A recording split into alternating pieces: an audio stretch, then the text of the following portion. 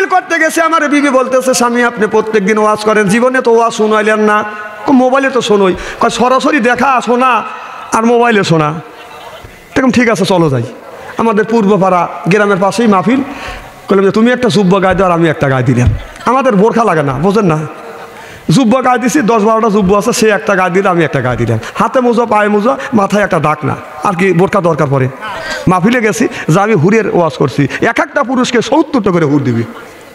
আমার বই ওই ওয়াজ শুনে রাস্তা দিয়ে হাইটে আছে, সারা রাস্তা হাইটে আছে 1.5 মাইল, আমার সাথে কথা কয়নি। বেশ নাই শুছি, খানিক পরে খালি কেনে দিয়ে গুতেছে, কম গুতোগুতি করো কে? তুমি কি, তোমাকে কি 70টা হুর দিবে? কম দিবেই তো, নামাজ এমনি পড়ি, হুরের লেগে তো নামাজ পড়ি আর দিনে দাবাত দেই।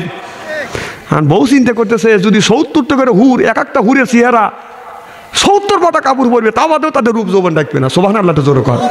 তাহলে তো আমার দিকে তো তাকাবেই না। ওর মাথায় এরকম গোরপাক খাচ্ছে। আমাকে বলতেছে আচ্ছা, একটু পরে বলতেছে যে 70টা হুর নিবে, তাহলে আমার কি অবস্থা হবে? কি বললাম যে 70টা হুরের আমার অবস্থাটা কি হবে? তুমি মাহফিল করে আসছো, তোমার মাথা মেসেজ করে দেই, পা মেসেজ করে দেই, ঠান্ডা হলে মানে আগুন জ্বলে গাওয়াতটা ছাকে দেই, তো এত কষ্ট করে আমার কি গতি হবে? আমি বললাম তোমাকে 70টা হুরের সর্দারিনী বানাবে। সুবহানাল্লাহ তোরে কর। আমার গিন্নি জবাব দিতেছে আমি যদি সর্দারিনী হই আপনার ওখানে 2 বছর পর পর আমি টাইম দেবো। তাও দেখেন কি কথা, কি মহব্বতের কথা। ওখানে 2 বছর পর পর টাইম দিবে আর সারা বছর সে আমার কাছে রেখে। মহব্বতটা কি? সুবহানাল্লাহ তোরে কর। এইরকম মহব্বত থাকতে হবে। আমার ভাইয়েরা, আমার মুসলমান ভাইয়েরা, মা ফাতেমা বেজান রে কি করেছে? হযরত আলীকে বলতেছে, আলী যখন ওযু দিতে যাচ্ছে, মা ফাতেমা বলল স্বামী আমি আপনাকে ওযু দেয়া দে। মা ফাতেমা নিজে ওযু দেয়া দিছে। এরপরে বাজান ওড়না দিয়ে আপনার মা ফাতেমা আলীর গায়ের পানি, মুখের পানি মুছে দিছে। এরপরে হালিম ফাতেমা বলতেছে আলী রে স্বামী গো আপনার পাটা টান করে দেন, আমার জীবনের শেষ, আমার মাথার চুল দিয়ে তোমার পাটা মোচন করে দেই। চিল্লা কোন সুবহানাল্লাহ। মা ফাতেমা জান্নাতের একজন নারী, যিনি জান্নাতের টিকিট পাইছে, জান্নাতের গ্যারান্টি। সে মাথার চুল দিয়ে স্বামীর পা মোছা দিয়েছে। তোমরা কয়দিন তোমার স্বামীর মাথায় তোমার চুল দিয়ে স্বামীর পা মোছা দিছে? এই ওয়াজ করছে আমার এলাকায় এক মৌলানা, এক বুড়া মানুষ শুনে বুড়ি চিন্তা করতেছে আমার বয়স 70 বছর, আমি তো জীবনে এই ওয়াজ শুনি নেই। ফাতেমার মতো মহিলা মাথার চুল দিয়ে স্বামীর পা মোছা দিছে, আমি আজকে মোছা দেবো। তো স্বামী হলো টোটো কোম্পানি, আগের তো বুঝতেইছি। আর এখন তো প্রত্যেকটা লোকের স্যান্ডেল আছে, আগে তো স্যান্ডেল ছিল না, খালি খরম। 5 জন যদি সদস্য থাকতো, একজন একজন করে পাও দিয়ে ঘরে আসতো। কথা কয় না রে? তাই ছিল না মুরব্বীরা? তো বিবি তো নিয়ত করে বলছে স্বামীর টোটো কোম্পানি, এই গ্রাম থেকে আর এক গ্রামে খালি হোকা খাইছে, ছিল না এক সময়? তামাক খাইতো না? তো স্বামী আসতে দেরি হয়েছে, রাত 12টা বাজছে, বিবি তখন ঘুমা পড়ছে। স্বামী তামাক খায় রাস্তায় আসতে। আগে তো এখন প্রত্যেক বাড়ি বাড়ি বাথরুম আর টয়লেট আছে, আর তখন তো বাথরুম ছিল না, রাস্তার পাশে খালি কাম দেখায় টয়লেটের সাথে। খালি ভাই হাইটে যাইতেছে, জাতি জাতি লরম পাইছে, পা লরম দেখা পা পড়ছে, পা ছিটকে তুলে আর একবার খালি এরকম করে মোচড় দিছে। কথা কয় না রে? তাই হয়েছে না? তখন ওই লোকটা স্যান্ডেল নাই, লরম পাইছে, পা তুলে আর এক জায়গায় 3টা মোচড় দিয়ে বাদ চলে গেছে। যা সালার সাথে পা মুছে উনি শুয়ে পড়ছে। বউ চিন্তা করছে কে রে, আজকে নিয়ত করছি পা মাথার চুল দিয়ে পা মোছা দেবো, হ্যাঁ পাও ধোয়া দেবো, তো পাও তো ধোয়া বের পারিলাম না, হয়তো মরেও যাবে পারি। যাজ্ঞ বাবু মাথার চুল দিয়ে তো পা মোছা দেয়। উনি মাথার চুল দিয়ে কর্তার মোছা দিয়ে যেই শুইছে, এখন গুগু গন্ধ। স্বামী কয় বিবি তাড়াতাড়ি বাতি লাগা, এনা মালের গন্ধ পাওয়া যায়।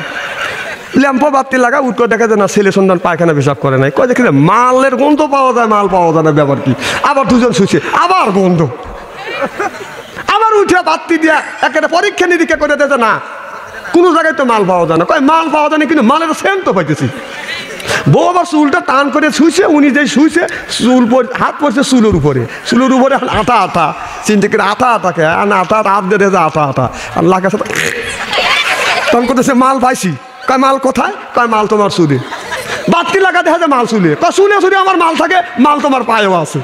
পরীক্ষা নিরীক্ষা করে দেখা জিনিস চুলেও রয়েছে, পায়েও রয়েছে। ওই রকম পাওয়া হলে চলবে না। হাসেন না, কথাগুলি ভালো করে বোঝেন।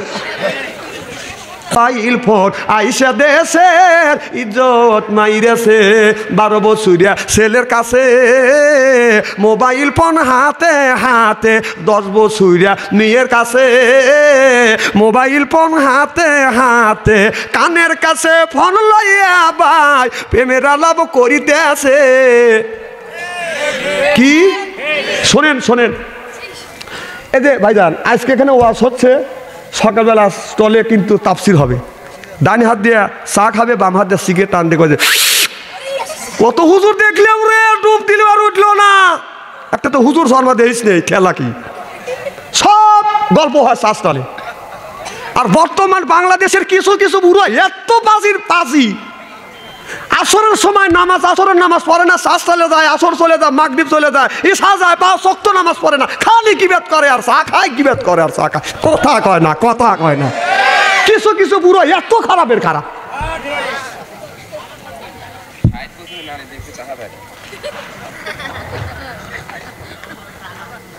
কি জানি বলতেছিলাম,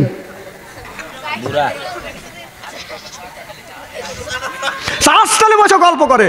একজনের মেয়ে রাজশাহী ভার্সিটি পড়ে, ওই লোকটা স্টলে এসে গল্প করতেছে, আমার মেয়ে রাজশাহী বিশ্ববিদ্যালয়ে লেখাপড়া করে। তো ছেলের বাবা ওই জায়গায় ছিল, বলতেছে যে তোমার মেয়ে রাজশাহী বিশ্ববিদ্যালয়ে পড়ে, এই গল্প কি স্টলে এসে করা লাগবে নাকি?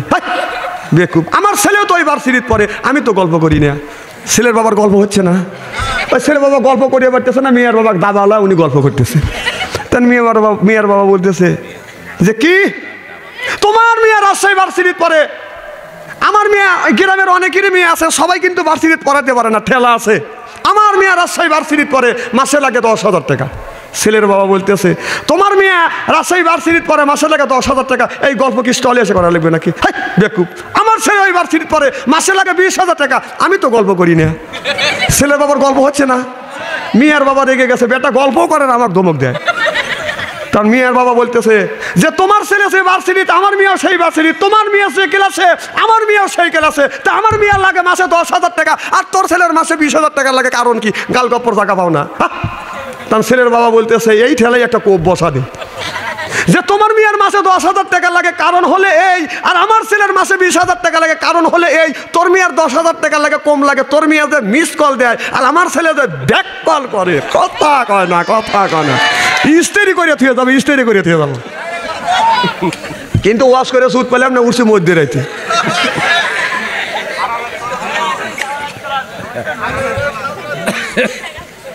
ভালো ভালো, কথাই খারাপ লাগতেছে নাকি? এই যে মা বোনদের বলবো, মা স্বামী যখন নামাজ পড়তে যাবে, হযরত আলী যখন ওযু দিতে গেছে, মা ফাতেমা বদনা হাতে নিছে, যে বদনা হাতে নিছে, তুমি টুলে বসো, আমি তোমাকে সুন্নত তরিকা ওযু করা দিই। সুবহানাল্লাহ, এটা জোরে কর। আলী যখন গোসল করতে গেছে, মা ফাতেমা যা গোসল করা দিছে, এমনকি আমার বিশ্বনবী গোসল করতে গেছে, মা আয়েশা রাদিয়াল্লাহু তাআলা আনহু গোসল করা দিচ্ছে আমার নবীকে। পাটা টুলের নিচে পড়ে গেছে, পা ফেটে রক্ত বের হয়েছে। রসুল বলেন আয়েশা রক্ত কেন? কয় আমার পা পড়ে গেছে টুলের নিচে, অমনি টুল থেকে নামলো। রসুল বললো আয়েশা তুমি কষ্ট করছো, তুমি বললেন আমি নামতাম। বলে হুজুর আমার পা কেন? কলজাও যদি ছিঁড়ে যেত, আমার রসুলকে সরতে বলতাম না। সুবহানাল্লাহ, এটা জোরে কর। এই যে মা বোনেরা শীতের দিন, কে স্বামীকে একটু পানি গরম করে বয়ল করে দিবে পারো না? হ্যাঁ, আর তোমার স্বামী ঠান্ডা পানি দিয়ে গোসল দিয়া, বুড়া মানুষ কাশে লোকের। দেখেন মসজিদে সকালবেলা আজান নামাজে গেলে যদি একজন যদি কাশে, চতুর চায়ের দিকে খালি কাশ লড়িয়ে যায়, কথা কয় না রে। একজন কল বলে কাশনি হয়, সারা মসজিদ খই খই। আসলে অবাস্তব কোনো কথা বলতেছি নাকি? আমি সব কথা বলতেছি বাস্তবের সাথে মিল করে। তেল দিলে ওয়াজ বাদশা আনসারি করে না। এই ওয়াজ শুনে একটা লোক বলতেছে, বাড়ির যা বলতেছে, মানুষেরও বউ আমারও বউ, মানুষেরও বউ আমারও বউ। তো বউ কয় তুমি এইরকম করো কে? তুই বউ না, তুই তো আজ 30 বছর ধরে তোর সাথে ঘর সংসার করতেছি, একটা দিনে তো গরম পানি দিয়ে তুই গোসল দেওয়ারি না। স্বামী বউ বলতেছে এতই শক্ত করেই। বউ কয় আজকে তোমাকে গোসল দেওয়াবো। 15 মিনিট পর বাঁশের খড়ি দিয়ে লার্কি দিয়ে পানি সিদ্ধ করছি। তাহলে হাত দিয়ে দেখা লাগে যে মানুষের গায়ে শোবে কি শোবে না। ওই লোকটা বাঁশের মানে পাট খড়ি দিয়ে পাঁচের ছোলা দিয়ে বেড়া দিছে, ঝোপের বেড়া, ওখানে যা পেশাব করে বইছে। বউ 15 মিনিট পরে পানি সিদ্ধ করে লয় না, স্বামী গোসল পেশাব করে বসে, উনি বদনে করে পানি দিয়ে গরম পানি ঢালিয়ে দিচ্ছে। উম্মত করে ও মা কয় বেড়া ভাঙিয়ে দৌড় মারছে।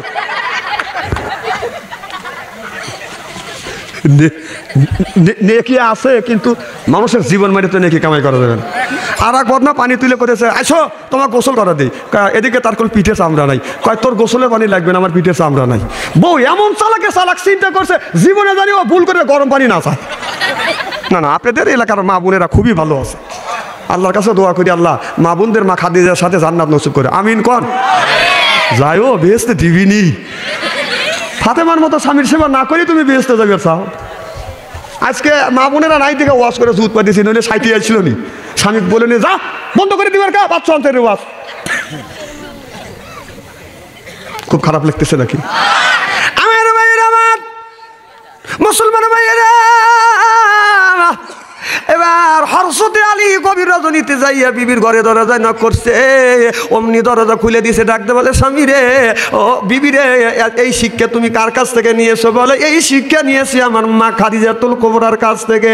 আমি দেখেছি যতক্ষণ পর্যন্ত আমার আব্বা আসে নাই, আমার মা খাদিজাতুল কুবরা বিছানায় ঘুমোতে যায় নাই। চিল্লা কোন সুবহানাল্লাহ। আমার নবীর বিবি মা খাদিজাতুল কুবরা বাদান, তার গর্ভে বাদান 4টা কন্যা সন্তান হয়েছিল। আমার ভাইরা, আমার মা খাদিজাতুল কুবরা বাদান বৃদ্ধ হয়ে গেছে। আমার নবীর কাছে যা বলতেছি, ইয়া রাসূলুল্লাহ, ইয়া হাবিবাল্লাহ, মা খাদিজাতুল কুবরা অসুস্থ হয়ে গেছে। আমার নবী যাইয়া খাদিজার কপাল ধরে ধরে বলতেছে, খাদিজা তোমার কেমন লাগে? মা খাদিজাতুল কুবরা বলে, রাসূল গো, আমি আর বেশি দিন বাঁচবো না গো নবীজি। ও নবীজি, দীর্ঘদিন আপনার সাথে ঘর সংসার করছি গো নবীজি, আমার আচরণে ব্যবহারে যদি কষ্ট পেয়ে থাকেন রাসূল গো, মেহেরবানি করে আপনি আমারে মাফ করিয়ে দেন।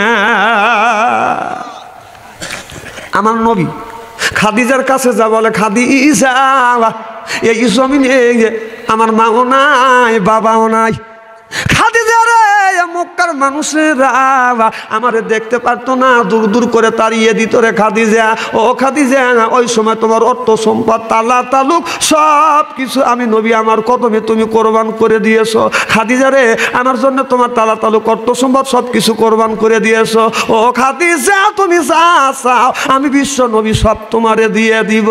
আমার ভাইরা, আমার নবী খাদিজার কপালের উপর হাত বুলে বলে, খাদিজা তুমি কি চাও? মা খাদিজাতুল কুবরা বলে, নবী গো, এই দুনিয়ায় তেমন কোনো আমল করতে পারি নাই গো নবীজি, আমার বড় ভয় লাগে, অন্ধকার কবরের ভিতরে আমি খাদিজা কেমন করে থাকবো গো নবীজি।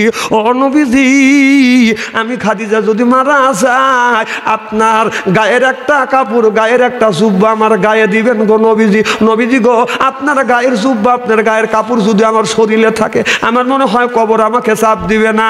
নবীজি গো, অন্ধকার কবরের মধ্যে কেমন করে থাকবো? আপনি বলেছেন প্রত্যেকটা মানুষকে কবর নাকি একটা চাপ দিবে। নবী গো, আমি খাদিজা বৃদ্ধ হয়ে গেছি নবীজি গো, এই কবর যদি চাপ দেয়, আমি খাদিজা কবরের চাপ সহ্য করতে পারবো না।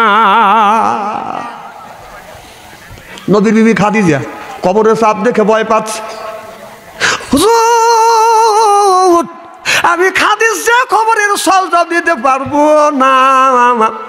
কবরের মধ্যে নাকি সোয়ানের সাথে সাথে ফেরেশতা আসিয়া 4টা প্রশ্ন করবে গো নবীজি। ও নবীজি, আপনি আমার কবরের পাশে দাঁড়িয়ে কবরের সলজবের জবাব দিবে। আমার নবী খাদিজাকে বুঝাচ্ছে, খাদিজা তোমার কবরে যতক্ষণ মন কানে কি আসবে না, পান পিয়সি কথা দিলাম তোমার কবর ছেড়ে যাব না। আমার নবী বলতেছে, খাদিজা রে, তারপরও কেন তুমি কান্দো? কথা দিলাম কবরের সলজব নিব। এবার খাদিজাতুল কুবরা বলে, রাসূল গো, আপনি কবরটা খনন করিয়া কবরের মধ্যে আপনি একটু গড়াগড়ি দিবেন। আপনি যদি কবরে গড়াগড়ি দেন গো নবীজি, এই কবরটার আমাকে চাপ দিবে না গো নবীজি। আমার নবী বললেন, খাদিজা কথা দিলাম, তুমি কবর দেখে এত ভয় লাগে? খাদিজা বলে, নবী গো, আমার তো তেমন আমল নাই, কবরের মধ্যে আমি কেমন করে থাকবো? রাসূল বললে, আমি কবরে গড়াগড়ি দেব। এমন সময় আমার নবী মা খাদিজাতুল কুবরা কান্দে। আমার নবী বলে, খাদিজা, এত কিছু করবার পরেও আমি নবী করবো, তারপরে তুমি কি খুশি হও নাই? তুমি কেন কান্দো? মা খাদিজাতুল কুবরা আমার নবীর মুখের দিকে তাকিয়ে থাকে। কি রে খাদিজা, তুমি কি দেখো? মা খাদিজাতুল কুবরা বলে, রাসূল গো, আমার জীবনের শেষ আপনার চাঁদের মতন মুখখানা দেখতেছি। আহা, কি মহব্বত ছিল তাদের ভিতরে। তাকিয়ে বলে, নবী গো, হাবিবাল্লাহ আমি আপনার খেদমত করেছি, আমি খাদিজা যদি মারা যায় কে আপনার খেদমত করবে? ছোট্ট বিটি ফাতেমা মার কাছে দেখে দেখে বলতে গো মা, আপনি যদি মারা যান আমার আব্বার দেখাশোনার দায়িত্বটা আমি পালন করবো গো মা। মা রে আপনি চিন্তা করেন না। আমার নবী বলতেছি ইয়া রাসূলুল্লাহ, এখন তো আমার কোনো চিন্তা নাই, আমার ছোট্ট বিটি ফাতেমা আপনার দেখাশোনার দায়িত্ব পালন করলো। এই বলে রসুল বললেন, মা খাদিজাতুল কুবরা বললেন নবী গো আমি যাই। আমার নবীর বিবি মা খাদিজাতুল কুবরা দুনিয়ার থেকে বিদায় হয়ে গেল, আর মা খাদিজাতুল কুবরা কথা বলে না। মা ফাতেমা লক্ষ্য করে দেখি আমার নবীর গাল ভরা পানি, চোখ ভরা পানি, আর খাদিজাতুল কুবরা কথা বলে না। ছোট্ট বিটি ফাতেমা আমার নবীরে বলতেছে আব্বা আপনি কান্দেন, আমার মা কেন কথা বলে না? আমার নবী বলে মা ফাতেমা তোমার মা আর কোনোদিন কথা বলবে না। আমার মা ফাতেমা অমনি বাবার গলা, মার গলা ধরে ধরে কান্দে, মা রে আজকের থেকে তোমাকে আমি মা বলে ডাকতে পারবো না। ও মা তুমি আমাকে এতিম বানাইয়া গেলাম, মা রে ও মা আর আমি তোমাকে মা বলে ডাকতে পারবো না। যার মা নাই সেই মার ব্যথা বোঝে। বাবা তার মারা গেছে, তার চোখে পানি আসে, চোখে যদি পানি আসে ওই মানুষটার চোখে পানি আসবে, আঘাত যদি লাগে ওই মানুষটার বাজানো আঘাত লাগবে। মা ফাতেমা আমার গলা ধরে ধরে কান্দে, মারে আর জীবনে কোনোদিন আমি তোমার মা বলে ডাকতে পারবো না।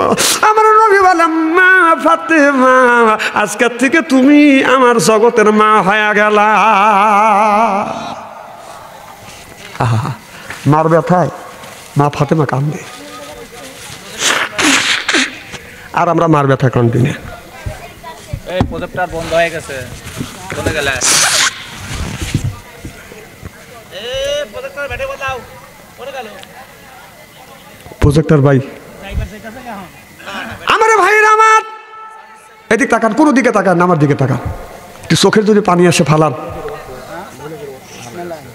যার বাবা দুনিয়ায় না সেই বাবার ব্যথা বোঝে। মা ফাতেমা বাচ্চা মানুষ, মারা গলা ধরে ধরে কান্দে, মার কোনোদিন তোমার মা বলে ডাকতে পারবো না। এ যুবক এই দুনিয়ার বুকে একটু ভালো করে লক্ষ্য করে শুনুন, তুমি যদি রাজাপুর শহরে যাও, বাড়িতে আসতে যদি রাত 12টা হয় 1টা হয়, বাড়িতে এসে দেখবে বাড়ির সব মানুষ ঘুমাইছে, একজন ব্যক্তি ঘুমায় নাই, সেই মানুষটা হলো মা। আর একজন মানুষ রাস্তা আকাশ ওই মানুষটা হলো বাবা। মার মতো দরদি ব্যক্তি পাবি কোন জায়গায়, বাবার মতো আপন মানুষ বাবা পাবি কোন জায়গায়। যুবক ওই মা ঠান্ডার দিনে বাত ঠান্ডা হয়ে যাবে, মা বাতটা লেপের মধ্যে রাখছে, বাতটা যেন ঠান্ডা না হয়, ছেলে খাইতে কষ্ট না হয়। ও যুবক তুমি যদি এই পাবনার শহরে যদি যাও, নাটোর শহরে যদি যাও, আজকে যদি তোমার দেরি হয়, এসে দেখবে বাড়ির সব মানুষ ঘুমাইছে, একজন মানুষ ঘুমায় নাই, সেই মানুষটা হলো মা। ও ভাই আমি তো মায়ের ব্যথা বুঝি। আমার মা 112 বছর পর্যন্ত বেঁচে ছিল, আমার বাবা 97 বছর পর্যন্ত বেঁচে ছিল। আমি দেখছি রাত 2টা 3টা আমি যখন মাহফিল থেকে বাড়িতে আসছি, মার ঘরের দরজার পাশে দাঁড়াইছি, দরজা খোলা, বিবির ঘরে দরজার পাশে গেছি, দরজা বন্ধ, ছেলের ঘরে দরজা বন্ধ। মারে বলছি মা তুমি কি ঘুমাও না? মা বলে বেটারে তুমি যতক্ষণ পর্যন্ত বাড়িতে না আসো আমি তোমার মা এতক্ষণ পর্যন্ত ঘুমাই না। ও বাবা এখন আমার মা নাই, বাবাও নাই, আমি রাত 2টা 3টায় বাড়িতে যা দেখি বাড়ির সব মানুষ ঘুমায়, একজন মানুষ আমার জন্য অপেক্ষা করে না, আপনার জন্য অপেক্ষা করবে না। যেই মানুষটা অপেক্ষা করে সেই মানুষটা হলো বাজান মা। আপনার বয়স যদি 40 হয়, মায়ের বয়স যদি 90 হয়, আপনার বয়স যদি 50 হয়, তাও মার কাছে আপনি খোকা, মার কাছে খোকা। ওই মারে কেমন করে তুমি কষ্ট দাও যুবক। আমি দেখেছি আমার মা, আপনার মা যখন ছোট্ট ছিল ও বাজান, আমি যখন ছোট্ট ছিলাম, আমি যখন অসুস্থ হয়ে গেলাম, টাইফয়েড অসুখ, ওই সময় টাইফয়েড জ্বর হলো বাজান, সিরিয়াস জ্বর। ডাক্তার বলেছে তোমার ছেলে বাঁচবে না। আমার মা আমার পাশে বসে আল্লাহর কাছে সিজদায় পড়িয়া কাঁদে, মাওলা তোমার যদি রুহুর দরকার হয় আমার রুহু নে, আমার ছেলেকে দুনিয়ায় জীবিত রাখো। এই কথা দুনিয়ায় একমাত্র মা বাবা ছাড়া আর কোনো মানুষ বলে না। আমি বলছি মা মা আমি বাঁচবো না। আমার আব্বা বলছে বেটা কি বলে? বলে ছেলে বাঁচবে না। আব্বা দৌড়া মসজিদে যা, বলে আল্লাহ আমার ছেলেটাকে সুস্থ করে দাও। আমার মা কাছে বসি আল্লাহর কাছে হাত তুলে বলে আল্লাহ জানের যদি দরকার হয়, রুহুর যদি দরকার হয়, আমার রুহু নেও, আমার ছেলেটাকে জীবিত রাখো, দুনিয়ায় বাঁচিয়ে রাখো। এই দুনিয়ায় একজন ব্যক্তি বাজান নিজের হায়াত সন্তানকে দিতে চায়, ওই মানুষটাই হলো বাজান মা। ওই মায়ের কেউ কষ্ট দিও না, দুঃখ দিও না। আমি দেখেছি এই ধরনের কথা মা বাবা ছাড়া পৃথিবীর কোনো মানুষ বলে না। জোরকন ঠিক কিনে? আমি তো গতকাল পরশুদিন বাড়ি থেকে বের হয়েছি।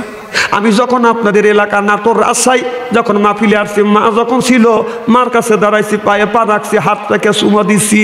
এবার আমার ভাইরা আমার কালকে যখন বাড়ির থেকে আমি বের হয়েছি, বের হব, আমি মার ঘরে দরজার পাশে গেছি। হঠাৎ করে দেখি মার ঘরে দরজার পাশে গেছি, আমার অভ্যাস হয়ে গেছে, বিদায় নিচ্ছে মার কাছে। যা দেখি মার খাটনি আছে, ঘর আছে, কিন্তু মা দুঃখিনী নাই। বিবি আমি কাঁদতে লাগলাম। আমার বিবি বললেন তুমি কান্দোকে? আমি বললাম বিবি রে আমার একটা অভ্যাস হয়ে গেছে, মার কাছ থেকে শেষ বিদায় নিছি। মার ঘরের কাছে, ঘরের ভিতরে আসছি, মার খাট আছে, কিন্তু মা দুঃখিনী নাই।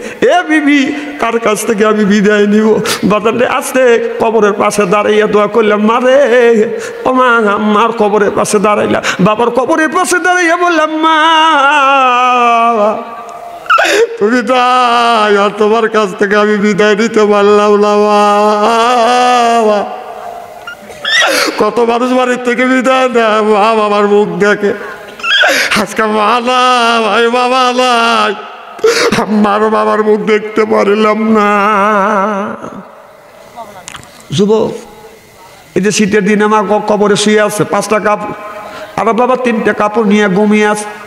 কেমন কদিয়া ঘুমাইয়া রইস আম্মা অন্ধকার কবরে, শীতে রদিনে ঠান্ডা মাটিতে যাবা রইস কেমনে তুমি ঘুমাইয়া, লেপনাই বা আলিস নাই গুজাবা ঠান্ডা মাটি দি রইস ঘুমাইয়া।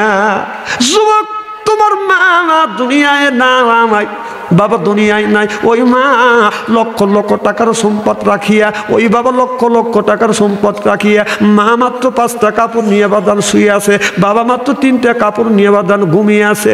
ওই সন্তান মা বাবার জন্য যদি দান খয়রাত করে, এই দানের দৌলতে আল্লাহ মা বাবার কবরে গোরাজাব মাফ করে দিবে। আমি জানি না কার মানা বাবা দুনিয়ায় না, আমায় ওই মা বাবার জন্য যদি দান খয়রাত করে, এই দানের দৌলতে মা বাবার কবরে গোরাজাব আল্লাহ মাফ করে দিবে।